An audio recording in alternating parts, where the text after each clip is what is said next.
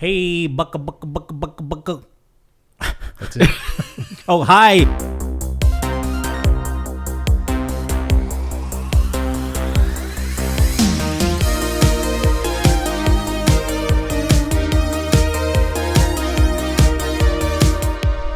Welcome once again to enter. What? God. What the fuck was that? You didn't want me to come in differently, you know? We didn't know you were going to do it. Oh, sorry. Okay. I can't surprise you. No, That was a fun new character. That sounded, yeah. I was trying to give some mystery to it, but, you know, all right. We see how it is now.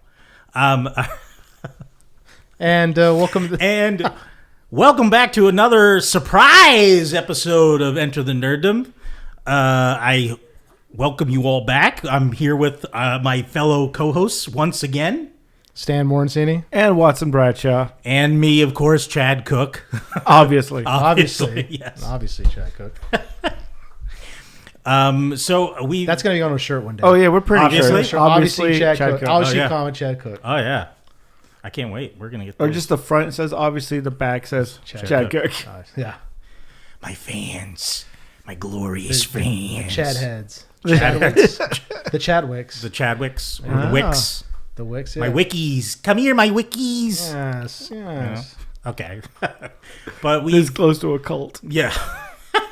So I know you. Everyone probably listening is like, "Oh, I thought this was going to be the Dungeons and Dragons episode." Well, that's next week, okay, guys? You're gonna have Something to wait. happened. We were supposed to have from our comic book group, the Reading Rainbows. Mm-hmm. We were supposed to have it this week here at my house, and a certain member who shall not be named had to he had to bow out. Sounds like Rand mate.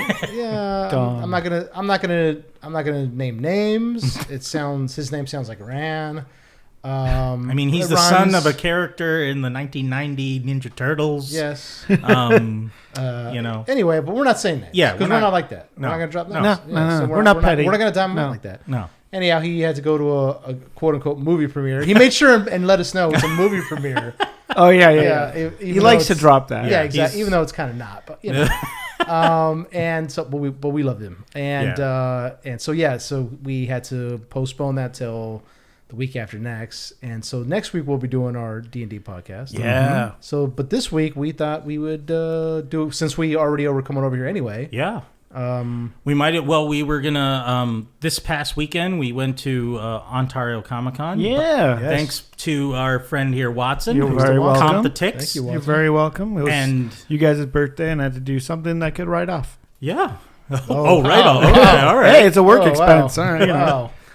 But we also haven't talked about the new Guardians movie. Yeah, a Volume lot to 3. talk about. Yeah. So stuff came up that we Yeah. should talk about anyway. Yeah. So here we go. thought, why not? Yeah.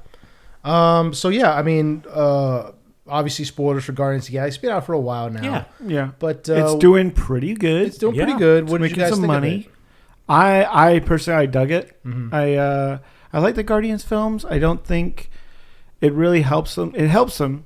No, that doesn't think it helps them that they're kind of in their own pocket Right. in the Marvel universe. They're Like standalone. you could watch 1, 2, and 3, and pretty much don't need to watch anything else, and you'll be okay. I mean, maybe Endgame's helpful. Yeah, because of Endgame, all yeah, the adds to Gamora it. stuff. But even then, they really talk about it a lot in 3. There's a Yeah. nice little catch up scene when they're in the elevator, which he kind of like explains the whole scenario. Yeah. So really you could just watch all three of them, and you're good. Yeah, and even I think James Gunn was a little bummed out the way Peter Quill was used in Avengers. Yeah. Like I think he came out and said like they kind of dumbed him down. Like he's not a complete moron. I mean he's a doofus, but he's competent. Like Yeah. you see him in 3. As he's like chit chatting with the group, he's like doing a heist and like planning things out and stuff like that. Like he's not completely inept. Do you think the scene that kind of what James Gunn was disappointed in was when he starts whacking Thanos in the head? Yeah, because even in the elevator, he's like, "I got real mad, and I might have killed half the universe," which is kind of like, and even him kind of like going over it, like, well, I don't know why I did that.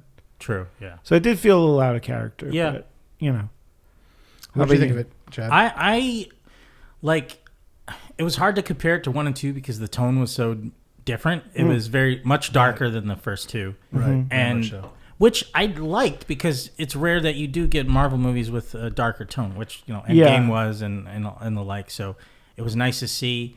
I could definitely sense that people who have pets and things like that might not have liked it as much. And that it's very it was much, even though there was plenty of comedy throughout the movie, it was very still very dark, and it overwhelmed a lot of the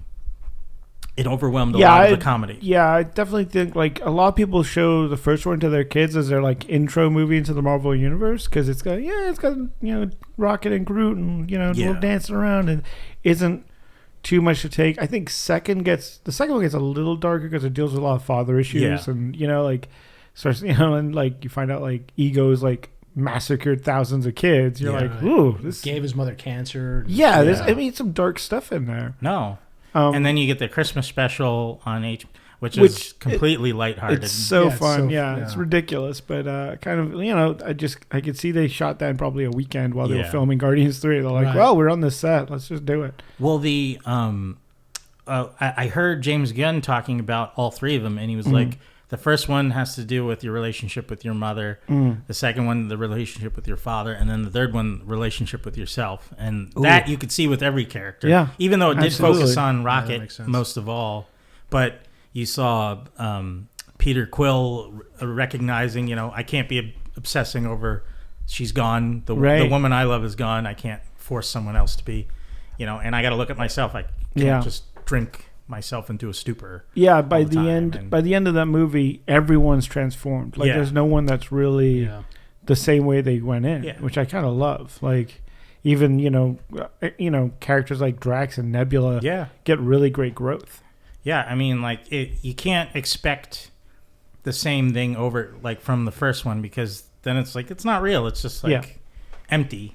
So I did enjoy how each of them kind of ended their kind of arc in the MCU. Yeah. And, it did say we would see Peter Quill again.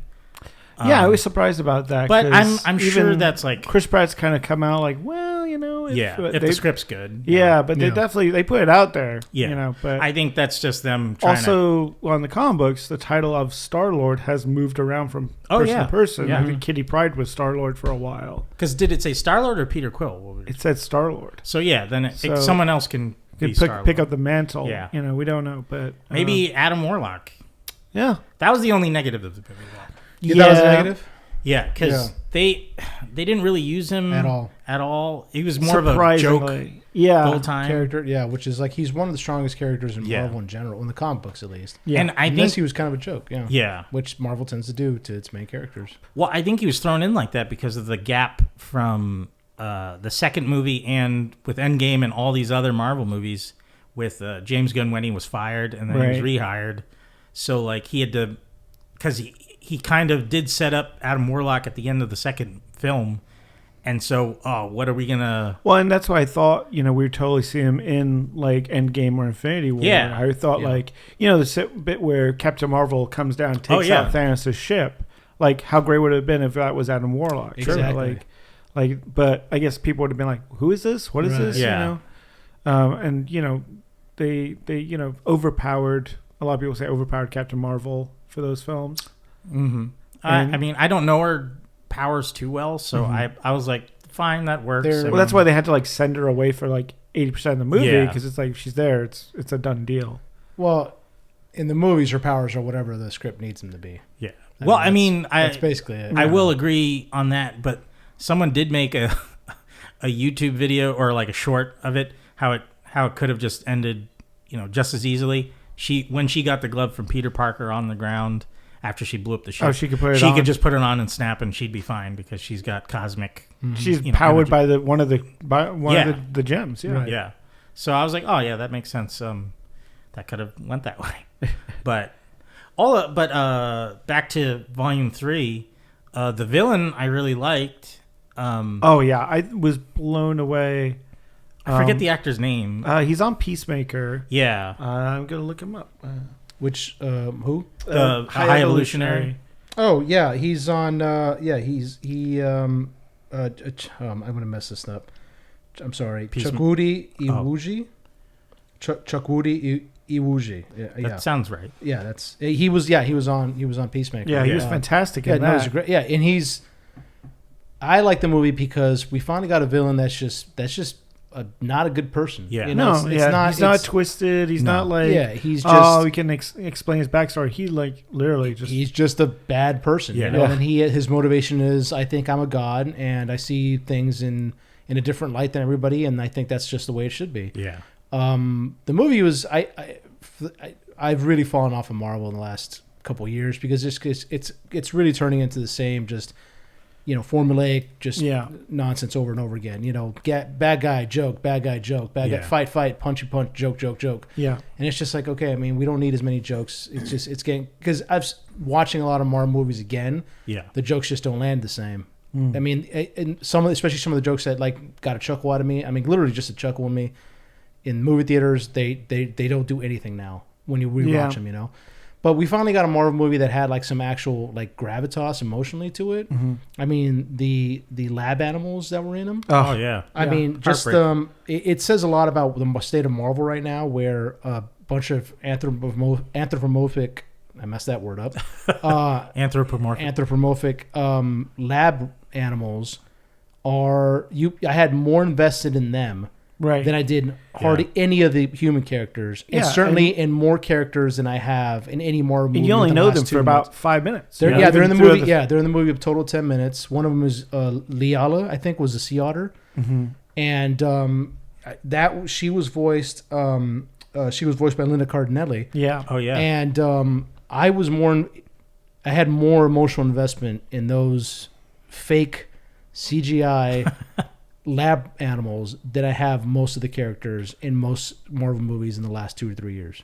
Well, yeah, speaking of like rewatching, like Ant-Man and the Wasp Quantumania just was on, it's on Disney Plus now. Yeah. I mean, that's and what I'm talking I have about. no desire to rewatch that. I have no desire to rewatch Thor Love and Thunder. Yeah. There's like the past, or Black Widow, or, there's very few Marvel movies now that I'm rewatching. I'll rewatch, Phase 1 movies all day long. I'll throw on an Iron Man or Captain America, Winter Soldier, or something like that.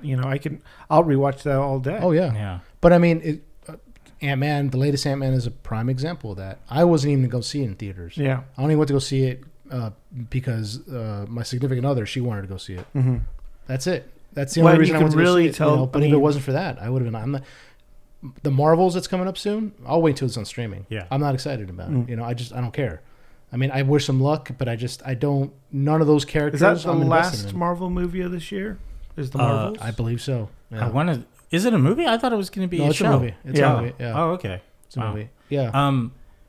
To go off of what you were saying about like punch, joke. Yeah. It makes me think of like when I'm reading the Marvel comics, there's rarely jokes in there. It's usually just things are happening, either tragic or light. But the only one that jokes is Spider-Man. That's it. That's the only one that's constantly riffing. That's it. That or Deadpool. But Deadpool's a comedic character. Yeah, comedic character. But I would say like, forced jokes, you shouldn't try to force it in if it doesn't need to be there. Because like Cap, you could have jokes because he just doesn't get certain things because he's from another time. Yeah. But there's always a place for jokes. Yeah. The problem is that they overdo them. And then James Gunn has this tendency of we're just talking about Peacemaker. It's a great show. I love that show. Mm-hmm. However, there's some jokes that, enough. Mm-hmm. Like the joke goes on and on and on, like for like 30, 40 seconds. Yeah. And that doesn't sound like a lot. But when they're constant, there's a joke in there where they say something like, is there going to be a Chihuahua there? Some character makes... And why would there be a Chihuahua there? Well, I don't know. Maybe there's a Chihuahua. It's something like that. And I'm like, first of all, it's not that funny. Secondly, like, move the fuck on, dude. Move on. Move on. It's not good. I can understand jokes like that because it kind of makes these heroes more human, where they're like, there's a time and place for it. Yeah, no, there is. But they constantly do it. Yeah, constantly. And it's just like every single time the characters have a conversation, here comes a dumb joke that's going to go on for too long. That's the problem. And I was wincing when I was watching Peacemaker. I was like, oh my god, here we go. Like just get through the dumb joke so we can find out what the plot is. That's how I felt in a lot of Marvel movies lately. That's how I feel too. It's just like, All right, here we go. Dumb joke. Okay, there it is. Okay, move on. Now, what's the next thing? You know. Well, there's just not a lot of urgency that's delivered in the recent movies. Like it's like, all right, we have time to linger and. Well, and that goes back to, I just watched, I think they dropped it today, but Marvel put up a retrospect. It was Kevin Feige and Jon Favreau had a little, it's been 15 years since Iron Man came out. Wow. That's right. And they had a little talk about it, and Favreau was like, yeah, I didn't know how to put a button on action. Like, he was like, that was his big thing, was like, I was filming the movie, and Kevin Feige going, can we just we got have a cheer moment in this bit, right? And he was like, I can do that with comedy. I can end a scene with a joke where like Iron Man flies, and he falls, and then the fire extinguisher goes on him. He's like, I can murder that. But when it comes to action, I couldn't figure out the cheer moments. Yeah, and him putting the button being a joke has kind of resonated now, because I was like, that worked for that character in that moment. And it's like the Marvels kind of put that in their DNA for a lot of things. I think until Winter Soldier, where there's not a lot of jokes in that film. No. You know, it's very there's heavy. urgency, Yeah. there's stakes. Yeah. And that was what the Russos kind of brought to it. Yeah. But Russos are great at comedy as well, because they do, they did Community and Arrested Development and a bunch of stuff. So, I think there is and I feel Guardians is a good balance of the two. Because, of course, it got the jokes, but still, I felt like it hit the heartstrings really hard. It action beats were great. I thought it was a really good balance of kind of resetting the board a bit for the MCU proper. I will say this about the movie: I really like the end scene where it's the end of the movie and they start dancing, because it's just kind of like, okay, it's like it's a joyous, it's a beautiful scene. Yeah. It's their last moments together, because everybody's kind of going their own separate ways. Yeah. And there's a great scene in it which is like it's very lacking, not only in Marvel movies but just in recent movies in general within the last 5 years, because everything's just so overwhelmingly CGI and everything's blowing up and shoot and loud music. And there was one scene where Adam Warlock he's kind of like, he's taking his lumps throughout the movie, and now he's kind of part of this group, and he's sitting there by himself with a blanket over him, kind of just taking in the moment. And he looks over, and everybody, the Guardians are dancing and they're kind of sharing the last moments together, and Adam's just sitting there looking at them, and he just smiles a little bit. And that's it. And the camera held on him for 3 or 4 seconds of him just kind of just enjoying the moment and just being like, okay, I'm glad to be with these people. And that was perfect. I was like, that's it. That's what I miss about movies so much lately. It's just can we just stop it, just slow down for just a couple seconds and just have quiet reflection. Yeah, have a minute to breathe. Exactly. Yeah. That's especially from Marvel movies, that's really lacking, because there is no moments to breathe. Every single scene, someone is talking, there's something blowing up, there's there's a gun going off, or there's a dumb joke being made. And it's that moment right there with Adam Warlock just kind of looking at the Guardians and just having that small smile on his face and finally finding some semblance of community. Yeah. I thought that was beautiful. I was like, that's what I want to see more of. Yeah, and yet again, going to Peter Quill's competence in this one, where they board high evolutionary ship, and they pat him down for weapons and stuff, and he already planned ahead. He's like, I'm gonna hide my weapons within Groot, and then there's that moment where he's just like, let's kill them all. It's such that's not a comedic beat at all. It's like a little no, we're just gonna wreck this place. And it's great. It's a great beat, and there's something to be said as well about this movie having a lot of physical sets. The whole living body, living planetoid they go on, and the high evolutionary place, and nowhere, they're all real sets, versus an Ant-Man Quantumania, that is just, it feels like a pure green screen environment. Yeah, I mean, that's one of the things, going back to Andor, we just talked about. I talk about that show a lot. It's all real sets. There's no CGI green set bullshit. Yeah. It's all real places where you can actually go and visit, and it feels real. And then what I was talking about, quiet reflection, there's a lot of moments in that show where the camera just holds on the actor's face as they're trying to realize something, or trying to figure out, where they're terrified, or they realize that they're in trouble. Right. And it's just you could see it especially on the actress who plays Mon Mothma. She's so good. Her face is just constantly full of anxiety and worry. And you could see it on Andor's face, many of the characters' faces. Yeah. And I've said this before on the show. you can always they don't say anything a lot during the show. It just you can see the tension on their face. Right. And every you kind of single know what moment, they're thinking. Every single moment they're like, is someone going to come around that corner? An Imperial's going to come around that corner and shoot me or arrest me? Right. Like you can feel it on their face. And I love I miss those moments in entertainment lately. I really do. It's sad that we don't have that. It's sort Too of much like of that anymore. Action scenes need to be earned, and Marvel doesn't get that all the time. Because if you look at Logan, all those not a lot of action in that movie. No. That's but each of those scenes where it started shit hit the fan, it was earned because we had moments to sit with these characters to see them reflecting on themselves and like trying to cope with each other and all of the above, and then like boom, something comes in and they have to react, and we don't get that a lot. We get let's at a lot of the recent movies, Ant-Man included, prime example. We didn't get that. It was lots of goofy moments and then action, and I was like, it didn't feel. And a lot of it's just stupid. I mean, you had Mojo was just, I'm a dick.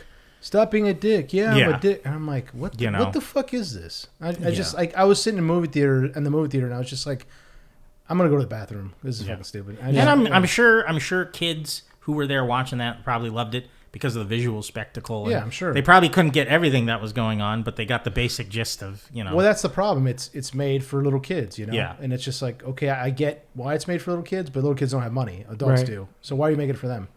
Well, I remember before going to see that one, I watched 1 and 2 again because it'd been a while. And I love the first one so much because it's simply a heist movie. Right, exactly. And then they have to kind of escalate to where it's like, oh, quantum realm, and he's gonna fight the next big bad, and you're like, why? What? Can we just do another little heist movie or something?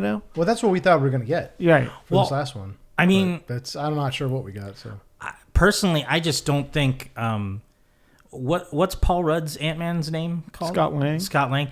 I never really got into that. I like the original OG Hank Pym because the wife he's beater. a scientist, and you could actually do more with that because he's always creating or working out in the world and the Earth's Greatest Avengers, the cartoon that lasted like 2 seasons. Oh yeah. I loved that he was working with the Wakandans, and then Claw came in, and then something happened where he got infected with the vibranium, became the sound, and I was like, oh yeah, this is all interesting because I wish we got that for Claw. Yeah, awesome. I mean, now we can't. But, Cuttlefish. I mean, but if they are like Marvel, if they are like the comics, people can just come back from the dead. Oh yeah, no problem. Yeah. But no one's gone forever. No, yes, right. Unless if they pass away in real life, then that's it. Well, yeah, that's.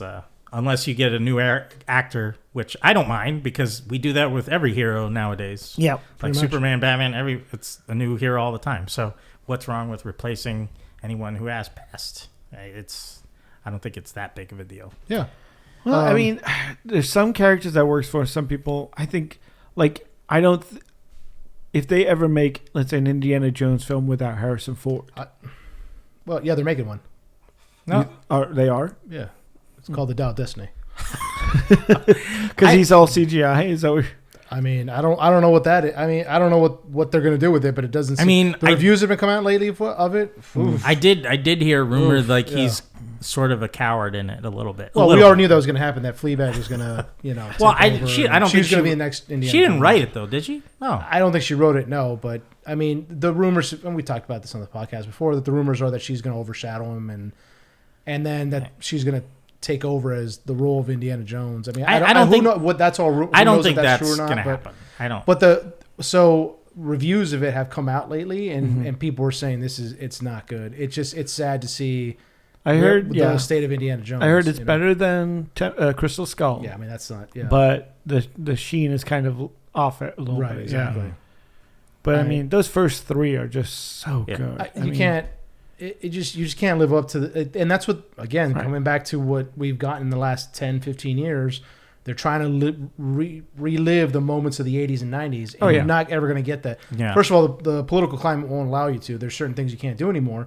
And secondly, the originality of Indiana Jones, of Back to the Future, Ghostbusters, it's very few and far between nowadays. It's just not. It's very hard to.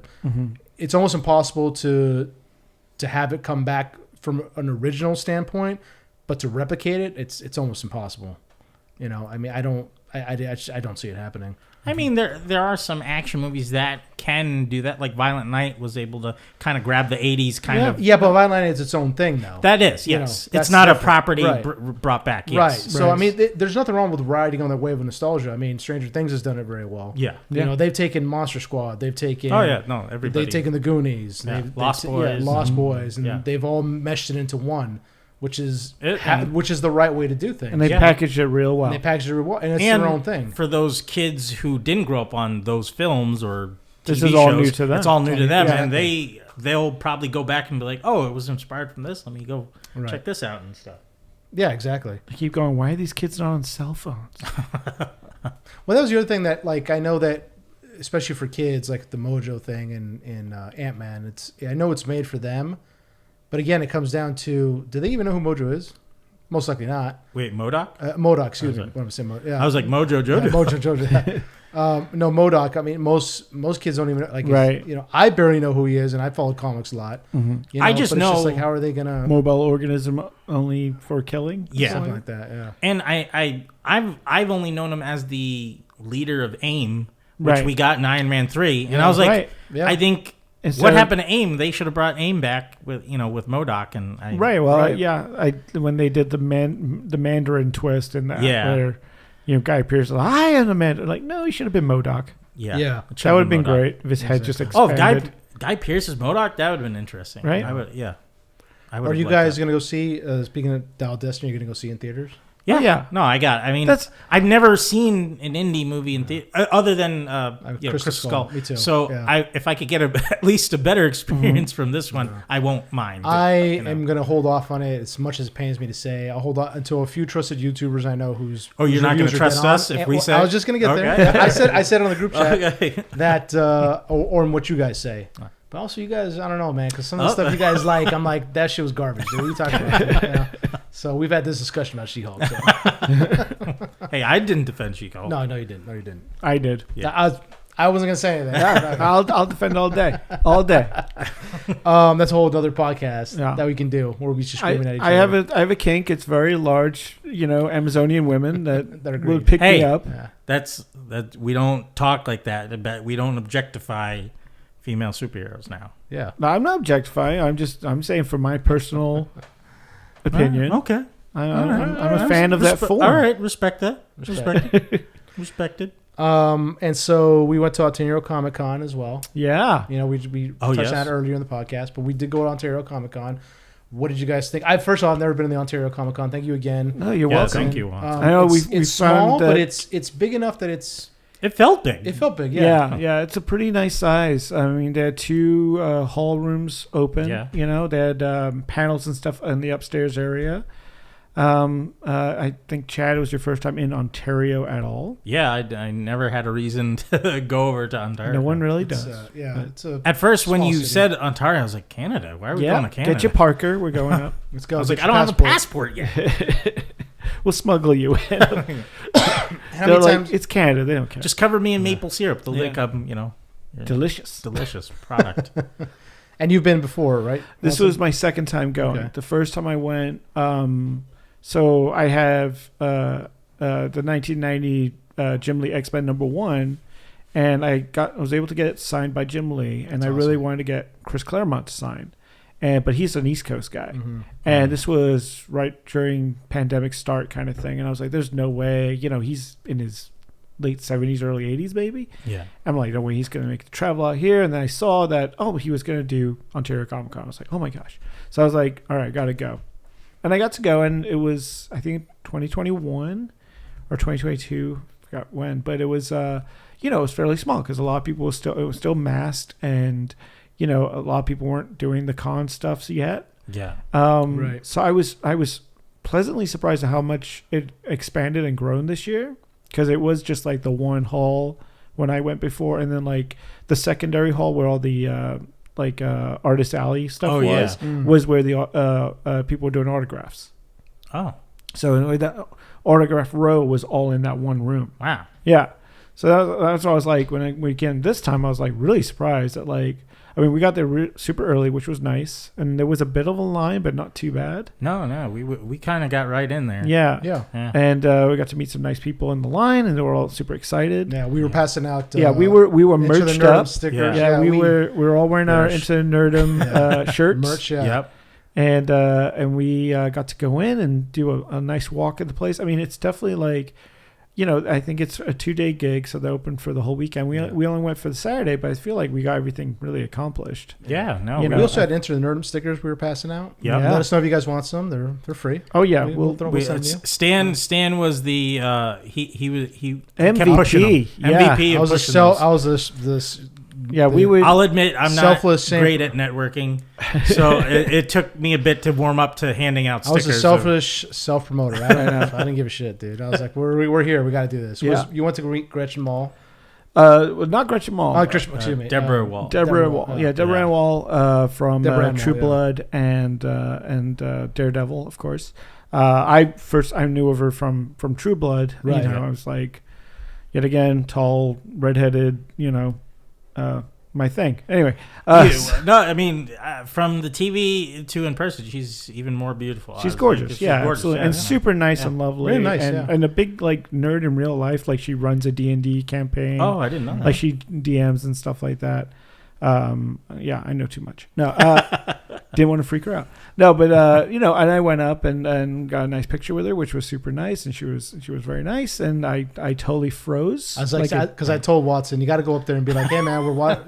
Oh yeah, I was all ready. I was like, shh, gonna lay it on thick, girl. Don't even we were worry. waiting. Chad and I were waiting in line with him. Yep. And originally I was like, I'm not gonna take a picture because I don't pay. It was $50 to take a picture with her. And I was like, that's a little... I enjoy her work, but I'm not like a huge fan of hers. Yeah. I like what she does. I don't know about $50, but whatever. So I was like, if he doesn't do it, then I'm gonna have to go up. So what happened? Well, I went up and she introduced herself. She said, "Hi, I'm Deborah," and I said, "Hey, I'm Watson." And then I totally blanked. Like I saw a light, and my soul left my body. Yeah. And I was looking at myself from above, and then next thing I know, I go, "I want a picture." And she's like, "Oh, okay." Yeah. And pointed at the guy next to her to take the money, and I was like, fumbling to get the cash out, just like, yeah. And so she came over and took a nice picture with me, which was super awesome. And I just was like, okay, bye, lady. No, I'm sure I probably would have done the same thing. That's why I didn't. And I walked away and disgraced, going, I have no game. Yeah, and I saw, he didn't give her the sticker. So I went up there, I was like, hey, how's it going? I'm Stan. Here's $50. And then, I could take a picture with you. And then that's when I was like, oh, by the way, we run a Nerd podcast. We'd love to have you on. We're doing a D&D episode next week. She's like, oh, okay, yeah. So she looked us up on Instagram. I don't think she followed us, but that's cool. She looked us up. Yeah. So, so I gave her a stick. Who knows? Maybe she'll reach out. Hit us up. So yeah, exactly. I'll try to say more than 2 words. Yeah. I don't think. I think you're just standing there the whole time, just frozen, just staring at her. Yeah, that's. Oh god, can you imagine? She comes here and she's on the show, Watson. And I'm just gonna be like, yeah. You would think it'll be speaking. You do acting, but in your mind you're like saying full sentences, but you're actually like, so smooth. I got like smooth jazz playing in my head, just like, yeah, girl, playing some Bobby Caldwell. Yeah, and Sean Cannon was right next to her. Yeah. Who plays Mike Barnes and he played the character Mike Barnes in Karate Kid 3, and he reprised his role in Cobra Kai. Yeah, he's great. So, he's an awesome guy. So I went up, I took a picture with him. And I told him about the podcast too. Nice. He looked us up on Instagram too. I don't think he followed us, but that's okay. Hey, and we're just starting out. We don't have that many. I said we gotta get that juice. Exactly. I said we'd love to talk to you. Talk about your carer and about nerd stuff in general. He's like, oh man, that sounds awesome and cool. And Deborah Amol was the same way. She's like, oh, that sounds great. Yeah. That's all. And told her about the D&D thing. She's like, oh, that's great. So hey, you guys are more than welcome to please. Come on. Yeah. Deborah Amol. Sean Cannon. I would gladly make a fool of myself for another time. Come play D&D with us. Yeah. If you're listening. I'll ask if he can do like a jump kick into my chest. Yes. For the podcast. We'll have a video. Me taking for a the shot. gram. Taking a good kick. As Jean-Claude Van Damme likes to say, it was a good kick. It's like when everyone sees Hasbulla, they always ask him to like punch him. Yeah. And he's always like, man, I don't want to punch people. It's like, come on, I can take it. Yeah. What are some of the things you saw at the Comic-Con that you really enjoyed? Well, I mean, one of the things I do always enjoy going to any con is going down Artist Alley and meeting new aspiring people. Yeah. We met a bunch of really cool, awesome yeah, independent so many. artists. Yeah. we all got a print from this one artist, and his name is Sam Crescent. He's based out of San Diego, and he does these amazing works that are all like black light, like posters, and they're pencil shaded pictures. I got 3 prints of dinosaurs because I love me some dinosaurs. And he had the Ankylosaurus one, which is like the best dinosaur ever. So yeah, I got to get that. I'm glad he knew the name of the dinosaur because when you knew it and he was like, "Oh, the Ankylosaurus," I was like, okay. He was because I would have been like, "Oh, the spiky guy." Yeah, I was like, "Oh." And Pecalocephalosaurus, of course. Okay. Duh. And the Spinosaurus, are the best ones ever. Of course, I know those. Yeah, I mean T-Rex is like whatever.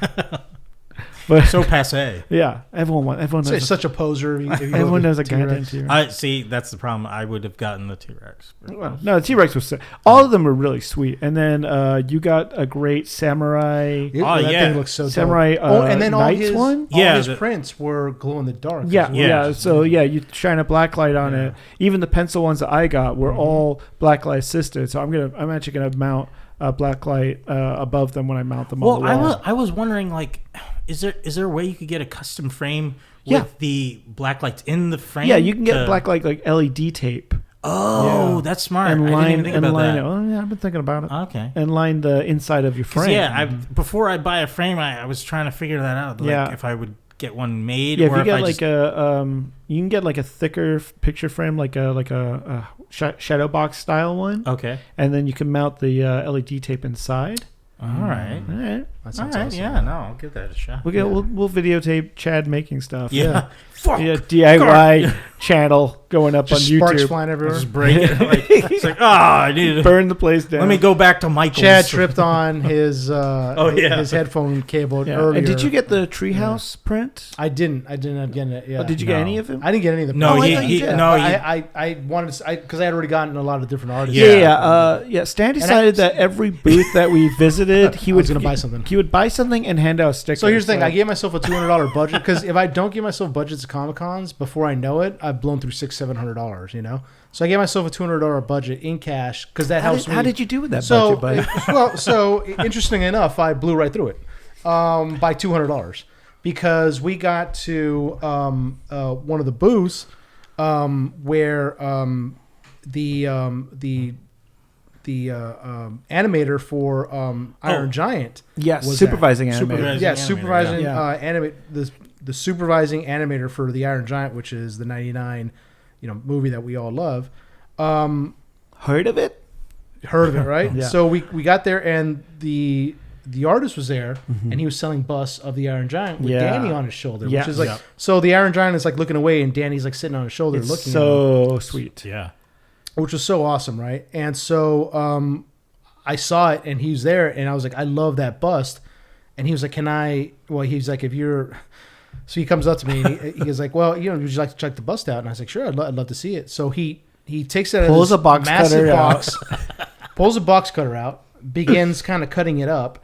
And I was like, I was like, well, I was like, how much is it? At this point, I was like, well, how much is it? He's like, that's $200. I was like, okay, well, I've already spent like $45 of my $200 cash budget. Yeah. Because cash helps me keep track of things, right? Yeah. So it's not just kind of like swiping the card. Yeah. And so I was like, okay, yeah, sure, let me check it out. So he starts to bring it out, starts like you guys said, starts cutting it up. And he's like, he says to me, if you're serious, like cutting the foam insert and everything, you're like, oh God. He says, if you're serious about it, I'll take it out of the box. And before I could actually say, well, hang on, let me think about it. He just starts taking it out, right? And I'm like, okay. And then he's like, oh, it's also the only one I have. And I was like, oh man. And I was like, and I noticed that. So eventually when I did buy it, he didn't replace it. So I knew he wasn't, because we had walked by the booth earlier. So we know later on we walked by the booth and he wasn't putting a new one out there. That was it. That was the only one. So I was like, oh shit. So I was like, oh, okay. So I'm not like Chad, who was like, yo, do you guys have the? Come on. Do you guys have the Bebop and Rocksteady? And the guy, after like 45 minutes, the guy fumbling through shit. He's like, I may not be able to pick it up today. You know? Hey, I fumbled too, and then he fumbled after. He insisted because I kept fumbling. It was a mutual fumbling. Yeah. So we fumbled each other. Yes, fumbled each other. So as when he takes it out, he's cutting it open, and it was a beautiful like piece. Yeah, we got to take pictures of it and post. Oh yeah, yeah, and so we'll post them on we'll post them on our Instagram and our. But so he takes it out, and I was like, oh man, that shit looks great, and so he's like, so yeah, and the entire time I'm thinking like I can't now say no, like there's no way that I can say yeah, actually on second. Well, you also had a box cutter to your throat, so so that was the other thing. I mean, yeah, and not only it was a Gus Fringing you. Yeah, exactly. and so I was like, yeah, sure, give it to me, man. Mm-hmm. And so he pulls it out, and I was like, okay, yeah. So had him sign it for me, which is awesome. Yeah, no. And then I blew through my $200 budget right there. And they said I had $135 left, so I was like, "Well, screw it! I'm gonna spend those too." So every single booth that we went to, I was just hitting. I was just like, "Yeah, what is this?" You got some cool stuff. I got some cool stuff, you know. Yeah. Plus, I like going to independent booths because I like helping out independent artists. Yeah. So, and some of the stuff I saw, and it wasn't like I was spending like $10. You were a sticker fiend out there. You were. Yeah, I love stickers. You know, what I'll do is I'll collect stickers, and then I'm like, I only got one of these. Mm-hmm. And then I'll just leave them sitting in a drawer for 2 or 3 years. Well, we need to figure where to put them. We need to get you a Nalgene bottle so you could just stick them all around on the outside. Exactly, exactly. And so it was a lot of fun, and everyone was super friendly there. I know that you had a nice talking with this place called DreamWorks Comics and Toys. They had all the Batman animated series action figures there from. Oh, I mean, man, I really wanted that. Oh, sorry, the supervising animator. Sorry, I forgot to say his name. Stephen Frank. Yeah, Stephen Frank. Yes. So fantastic. he was he's was also really nice the guy. lead animator now on the What If cartoon. Exactly. Yeah. And has a great combo. Chad and I were checking out some of his comic stuff. Oh yeah. The one Silver, I want to say, is one of them titles. I'm blanking on that name, but I know the other one was like Rosalind. It was like the diary of one of the characters. It was like a vampire adventure stuff. Yeah, which looked gorgeous. Yeah, the artwork looked great. Yeah. I was tempted between that and then the art piece that I got from Sam earlier, but I ended up with the art piece though. Yeah, he had a whole booth to himself for his Dark World comics. Yeah. And I got him to sign it, and of course shameless self-promoter. I was like, hey, we run Nerd podcast. And he took a sticker of ours, and I was like, if you want to come, we'd love to have you come on and talk about your career and talk about Iron Giants and What If. And he's like, yeah, sure. I mean, and so I emailed him, I think yesterday or today, and I said, hey, we're still. He said, remind me of this conversation, and I'll see what I can do. So cool. Yeah, so I'd love to. Hopefully, knock on wood. Knock on wood. He comes on. Yeah, but sorry, you guys were saying about. There was a lot of really cool like small comic book vendors and action figure vendors. I bought some action figures from TC Rocket Toys, which are based in San Diego. We had a nice little chat with the guy there, and they kind of have their own version of Frank and Sons down in San Diego. Yeah, which I forgot the name of it now, but is it Toy? I'm just gonna butcher it. Yeah. I say follow TC Rockets on Instagram if you can. They're fantastic and we're super sweet. And then you talk to the people at DreamWorks Comics and Toys about the Batman anime series figures. Yeah, I've been collecting them slowly because DC Collectibles closed. They're not they're no longer a thing now. Which ones do you have right now? I have the Batman from the New Adventures, but it's signed by Paul Dini. I got that one from Dan because he just didn't want it anymore. I was like, all right, I'll take it. Yeah. And I can't open that one because that's signed by Paul Dini. Yeah. So it's like, I won't touch that one. But I had throw the package away. That's signed. Oh God, I got the new Riddler from the New Adventures. I got that one. I have Poison Ivy, Bane from the original series.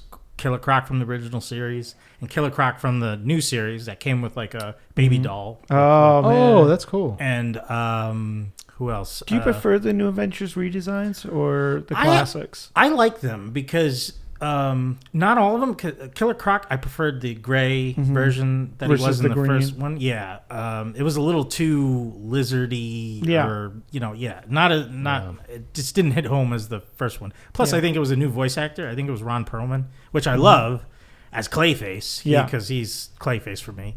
But the original guy was like, I hit him with a rock. I missed that voice. Yeah. But yeah, Mr. Freeze I had, but the hands kept sliding out and like the legs were so loose. It was like I just got rid of quality control. Yeah, so I was just gonna get a new Mr. Freeze.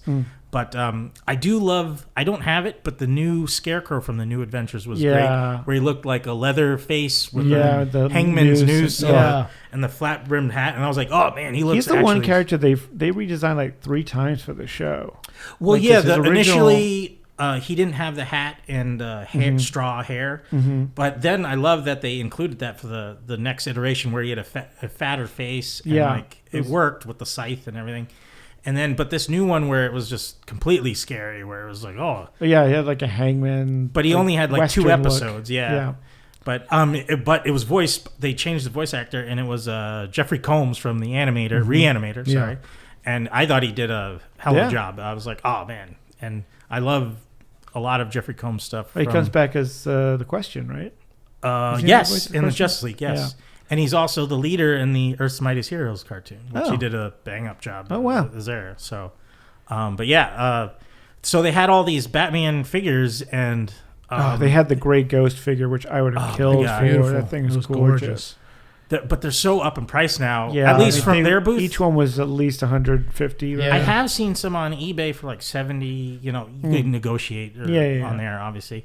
But so I was like, eventually I'm just going to have to very slowly accumulate them if I want to continue with those. But I'm not rushing it, Right. Well, and they had a collection of the Rogue Gallery too. Oh, right? yeah. That one box set. that thing was gorgeous. Yeah. Well, describe it, man. It was. Oh, it was like pretty much each Rogue member is behind bars in a. It's like an Arkham jail cell. It's like a box set. Yeah, and like I had some of those figures separately. I didn't know if they were the same ones or if they come with like a little extra or something. If what I remember is it was mostly the same ones, but then the Renee Montoya was an exclusive to that set. Oh man! At the time, I don't know if they put her out on her own after that. I don't think they did, but I know they did a run of the females of with a Supergirl from the the series and Batgirl and Livewire and. Harley Quinn, So, and I was like, they have their own set of themselves as well and stuff. And then they did make one off of Superman and Lois as a double pack, but that one's very hard to get to. So. Well, and now that McFarlane has taken over the DC Direct brand, I think he's releasing box sets of new ones now. Box sets? Well, he did a box set for, I think it was a Walmart exclusive where it was Batman, Joker, Harley and Bullock, I want to say. Oh, really? Oh, yeah. Nice. I gotta look those up then. Yeah, I think I if I remember, it was like last year. Because I know he did a McFarlane Batman the Animated separately. Yes, yeah. Batman. These are the same scale as the... Oh, really? Yeah. Shoot. Yeah. Let me... Well, I'm already collecting these. I don't want to start a new run. But what do they have under the Rogue Gallery set? The Batmobile. Oh, baby. Oh, she was a mute. Baby. She was gorgeous. This hurt my soul that I was like, I am so out of money. $700 for what? Say what it was. It was the Batman animated series Batmobile. Beautiful. Well, no, the Batmobile. It was the Rogue set that was $700. It was $250 for the Batmobile. Oh, what? Yeah. I thought it was the other way around. No, because I went and asked, and she was like, God. "Yeah, it's only $250 because this one the box is a little beat up." Oh, right. And I was "Oh man." You know what ticks me off though is because however many years ago when DC collectibles were still around, there was a store at City Walk, where they have figures and comics. They had the Batmobile in there for like I don't know, maybe $80 or something, and I was like, the same one. Yeah, no, it was well, like when it first before- came was released, it was cheaper. Well, the great thing was that this thing was huge too. Yeah, it's huge. Yeah. I mean, because it's meant to fit the 6-inch figures. Yeah, and you can put them in. yeah, so there's a Batwing, a Batman Yes. animated series Batwing, Yeah. that scale, which is just It's ginormous. ridiculous. It's huge. But that's I mean over $1,000 now. I think if you look it up. Something like So that. when were these figures released? It was like It wasn't the 90s, was it? No. These were Mid 2000s. I would say late 2000s, like 2008 and on or something like that. I didn't know of them until like 2012, 2015, Yeah. Yeah, that's when I found 13 or out. something. So they've already like and they released them in waves. So and you could tell there's numbers on the bottom of each back of the cardboard that tells you like. And it's funny because I remember when they first came out, they were a little higher priced because they were, collectibles. They were like $25 a piece or something. And I was like, $25? I'm not going to spend that on a figure. Like, and now it's like a G.I. Joe costs you $25 now. Yeah, I saw. I mean, I collect some. I have some of them myself. Yeah. So I probably didn't find out about until like 2016, 2017, and I was like, oh, I didn't know they released these. So I was in my comic book store down the street here, and I was like, oh shit, I'm gonna buy a bunch of those. Yeah. So I bought a couple of them. So I have like 4 or 5 of them. Yeah, so. I love how deep they got into like the much so. characters Yeah. too. I mean, Like I didn't know there was a Great Ghost one. Yeah, me neither. I didn't even know until the Comic-Con. I was like, oh, I didn't know they had released one for them. So good. Yeah, it was Like great. if I could work in the boardroom that would like, all right, let's get these characters out. I would love to, because like that's my favorite animated series of all time. Yeah. And I would even like go deep into the series and get Lock Up to show Lockup up. would be great. Like he was the cop that was like, they all need to be, all these criminal, Tempest Fugit. Oh my God, that would be a perfect one. Have they released him? No. They did the ventriloquist in Scarface though. Have they done the I can't remember her name, the little girl who was actually an adult? Yeah, well, Baby Doll. Baby Doll. Doll, but it was only part of the new adventure, so you didn't get the old one from the original series. Yeah, but they haven't released her by herself. They released her with Killer Croc. Yeah, with the new Killer Croc. Yeah. I think because of the size, she would have been a pack-in like add-on character. True. Well, the thing is, she had a ball, but she didn't have any other like attachments or anything. Right. So I think if they did the one from the original series, she'd have a little more like the teddy bear with the gun in the eye. I love that. And I would even do. Even though it was like a messed up episode, the domestic abuse episode with the Invisible Man, the husband that stole the light suit. Yeah, that he was trying to take his daughter back before they could move away. And I was like, oh man, this is the new Invisible Man movie remind me of that episode. Yeah. It's very similar. Yeah, very similar. And because he's like playing mind games with her. Yeah. In my head, fan fiction, or I always thought that was the suit that Batman used to make the Terry McGinnis suit. Oh yeah, that'd have been interesting because he did have like a cloaking stealth mode. Yeah, you're just some clown who thinks he's Batman. I am Batman. That's so good. It's man, like so many good things you could make from or pull from that cartoon. Like Rupert Thorne. If they made a Rupert Thorne figure, man. So and even the twins, the twin goons that Two-Face had. Yeah. Oh, what about those twins? I'd love a goon pack. Just like 5 different goons, like 2 like Penguin goons, 2 Joker goons. Oh yeah. And 2. What about Riddler the twins goons? that Joker had in? Was it? Joker's Favor, the big. The ones that bounce. So were they called? Wasn't that in Mask of the Phantasm? Tweedledee and Tweedledum. I think so. I don't. That's like a big thing from the comic books. They were well, goons. They bounce and they release the gas from their mouth. Wasn't that Mask of the Phantasm? I don't think because he didn't really have henchmen. It was he had that robot that the robot clown. Yeah. He had the robot. Well, that was from the episode with the garbage that spread the toxin around. Yeah. But he would have guys who would wear clown masks for a bit.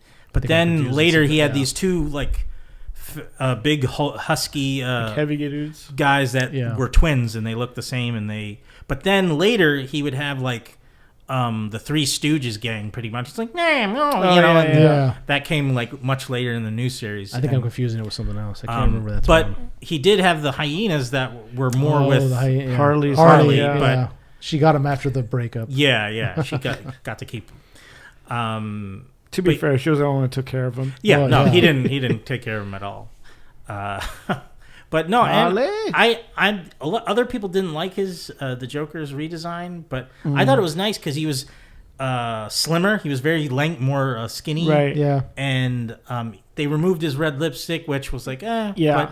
But I did like his like dark The black black eyes, eyes, really? and Yeah. the darker green hair, and I did like It was all right. his tails of his like purple jacket. Yeah. Like, they were a little longer, and like the green, I liked the light lime green that they went with, because he had yellow. Yeah. And the other one, I was like, I like the green more. Yeah. For Because his the yellow character. was definitely more Jack Nicholson. But I will say this: that development made it even more better in Justice League, where they combined the two. Yeah, That's true. his final look in Justice League was like the perfect look Yeah. of just the good. Yeah, they had the sleeker line. Yeah. But you know The they lips are definitely back, Yeah, and the he has kind same of type regular of shape. eyes. Yeah. What animated series was it that he was like this? He looked like E. Blanca. Oh, that was He had these massive, the like- Batman. Was it the Batman? Remember? Oh, He was like a jester type. Yeah, of, he had he had the dreads. Yeah, Yeah. the Joker with Was it dreads. dreads? Yeah. Oh, Yeah. God. And- Well, they try to give him like hair that kind of looked like a jester kind of look. Yeah. And Oh, he right. had like bare feet and like He had these massive arms. Yeah, and they get like he like give him. He had these long sleeves that he would like. Yeah, it was be like able a to hide stuff in. like a straight jacket, right? Yeah, at first it was a straight jacket, but then I think he switched. Later to got something to like a else. regular suit. Yeah, he had the regular Joker outfit, but he had like cut off fingers on his Yeah, gloves right, and right, things like that. right. But I that was a great job because it was Kevin Michael Richardson Yeah, who did the voice, and I think he won a Emmy. I want to say an Emmy for it. yeah. for It's the tough perform- shoes to fill. You No, know, at coming first- in after Hamill. It took me a little bit to warm up to that because it was the same animators as the Jackie Chan adventures. Yep, So like every villain knew how to fight Batman, which I everyone knew liked. kung fu. Yeah. Yeah. Yeah. Um, Even Penguin was like a master actually, kung fu expert. if you think about it, in the comics, the original Penguin did know martial arts. He fought Batman pretty well, but then through time, he was like, "Oh, I'm just a small little guy." But they brought that back and SpongeBob. I forget. Tom Kenny voiced the Penguin in that, and he did a great job. I didn't know it was Tom Kenny's Yeah, no, voice. they had Clancy Brown as Mr. Freeze, and they switched a couple stories around where Clayface was a cop. Yeah, he was and like he was kind of like the Two-Face, Yeah. almost because Yeah. he was friends with Bruce, and I was like, oh, that's cool, that's interesting. Yeah, and I actually like that Clayface design because he was skinnier and definitely more like the clay was like gray and Yeah. like drippy. I will say that was good, but I have close to my heart is Ron Perlman's Clayface, Big poop monster. big poop monster. Of course. Yeah. And but the music for Clayface in that original series was just tragic. Yeah, the Clayface episodes are Yeah, some of my favorite. yeah. I think good. The one with Robin and the New Adventures where he had the with little the- girl. Oh, Yeah, yes. I was like, so oh, man. rough. Ugh. I was like, make that one into a movie. Well, I please. mean, I would love to see that in a movie. yeah, I love like a lot of the characters were so well written in the original series. You know, Paul Dini, speaking of which, just did such a great job with making. I mean, now that is the standard Mr. Freeze backstory now. Mhm. You know, Yeah. it's like is from the anime series. A lot of and people Harley didn't know Quinn. that. from And the Harley X-Men. Quinn. And Yeah. Harley Quinn, yeah, exactly. We also saw some other cool artists at Ontario Comic Con. C. Jack's Art World. You bought a I bought his art book. Yeah. Yeah, it's an amazing book. Yeah. Going over the art about basically your inner child and fighting the different aspects of personality. It's really it's a great book. Actually, I was just reading it the other day and going through it, and it's beautiful art. It's great stuff. Yeah. He was saying that the book was his way for sort of giving a small therapy to whoever's reading it, just to work through your own demons as you read it. And I was like, that's really cool that mainly that was his reason for making it, not for trying to make a big buck out of it or nothing like that. But it was mainly if I could help, a little kid or even an adult, get through something with this, that's all I asked for. For. Yeah, he's got some really cool artwork. He's got his own series that started with his own characters. They're like these rag dolls. Yeah. And it seemed like he's got a whole backstory set up for him. And it's we had some really talented independent artists. That's amazing. Why I love the talented independent artists. That's why I always try to give them money. Like you guys were saying, I go to the booth. Yeah. Like if it's a sticker, like $3 or $4, here you go, man. Like I love your artwork. No, as long as you support local artists like that, you buy their book. Some like I'm trying to think. There was a Cosmic Kristen Designs was the one. It was that couple that was she was the startographer. Mm-hmm. And, and she did very cool pins of constellations. Yeah, so I love that, and I could just sit and talk to those guys. She made a sticker with all different constellations that are bundled up. It looks like a honeycomb. Yeah. So I bought that, and once I saw, I was like, oh, I gotta get that. Yeah, and they were just saying like this is all they've just been doing this on the side for a while, which is so awesome. And they work on like satellites. They're like. Mm-hmm. They're scientists who work with satellites. They're literal rocket scientists. And she's like, I can't say too much about it. I was like, well, I get it. But they just kind of do this on the they're side. They're talking to aliens. We know it. Come on. We know it. Nah. Wink. There was also that booth, Cats Arts and Cards. Yes. Where they did a lot of D&D stuff, D&D sheets, and she also does like character design. So we were like, she'll do a character design for if you're a D&D player. She'll do a character design for your character. Yeah. Tell her, and come up with the spell sheets and stuff like that for it. Say, I'm a paladin, and I do this, and this is why I think I should look like. Yeah. My character should look like, and she'll design it for you. And beautiful. Beautiful. There's a lot so of now it's your character, your D&D, and she commissions and it's all like this gold leafing on the sheets and stuff. Oh, it's so sick. It's beautiful. And we were telling her about our podcast and also that we were having an up and coming D&D episode. But you should mention these guys. I'm holding. Stan's got these awesome D&D die that he picked up at the con. Yeah, so we're doing a D&D episode. We're doing a D&D episode next episode. So I all I have for as far as D&D goes is a character sheet, and that's it. I don't have any D&D die.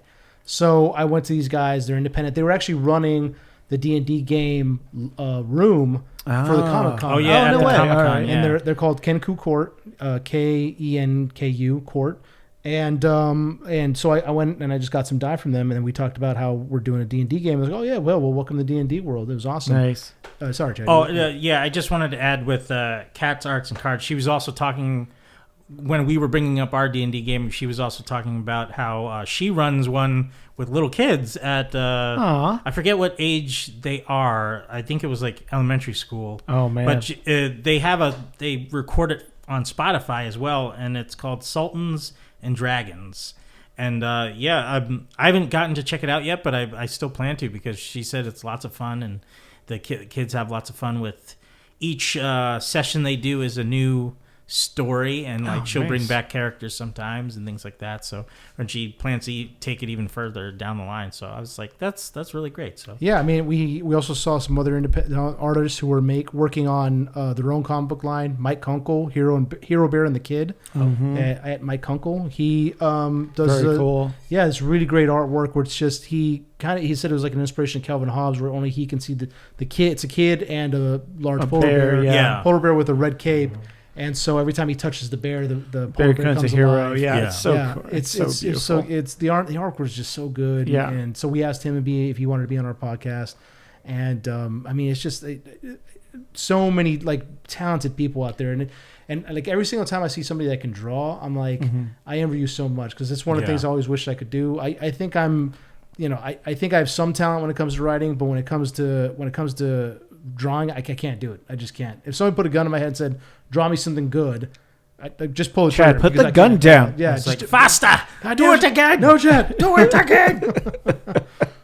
You were gonna. Oh, I was just gonna add on to the guy you were just talking about. Mike Kunkel. Yeah. Yeah. That he had a Shazam.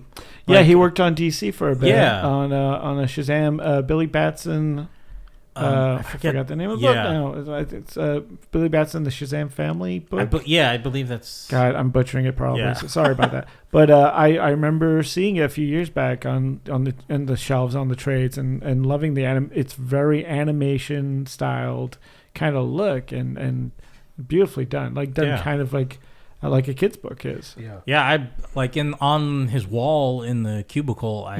There was a Cap and Red Skull there, and it looked great. They were like, that's what that drew me in. Yeah, actually. that's what drew me in as well. Two-piece. I was like, he's like leaping with a shield. I was like, that's really cool design. Yep.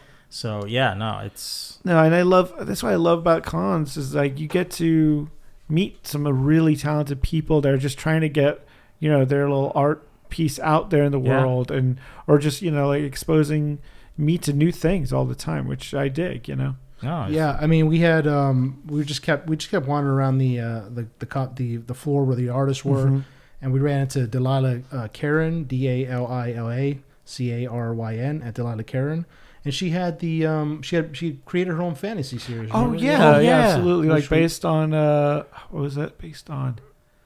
Oh man, was that like on based on fairy tale stuff? Yeah, it was. Yeah, it was just basically fairy tale stuff, and then she had another talented local artist that created her own design. I think it seemed like it was very female centered. The main characters, which was great. So I mean, it's just I run into so much talent out there. It was really amazing. And then we walked into this other store. It was called Hero Within store. Oh yeah. Oh, and they make and I'm holding up the card for everybody that can see it on the podcast. Yeah. I'm holding up their card. They had a booth there, and they make jackets based off of Star Trek. Yeah. Particularly right now, it seems like it's mostly geared towards like Discovery, but really Star Trek Picard. Yeah, they had a lot of season 3 Picard. Yeah. They had some great jackets that they're influenced by the show, and right? It's just and like, not too like I thought it was going to be $200-$300 for his jackets, but he had the full Picard like leather jacket, the red one with the red piping. Yeah, the one they wore on the bridge, shoulders, and I think he said it was like $100. Yeah, it wasn't bad. And then some of the jackets you can get, you get a choice of whatever patches you want on. They had a tactical jacket, which is like a Star Trek inspired tactical jacket. So you can have like you can choose what patches you want on them. Yeah, you can. They had a California. Oh yeah, the California. The California class ship badge. California ship badge on that, and he said that's one of the most popular ones. I actually sold out. So I actually checked out their website earlier today.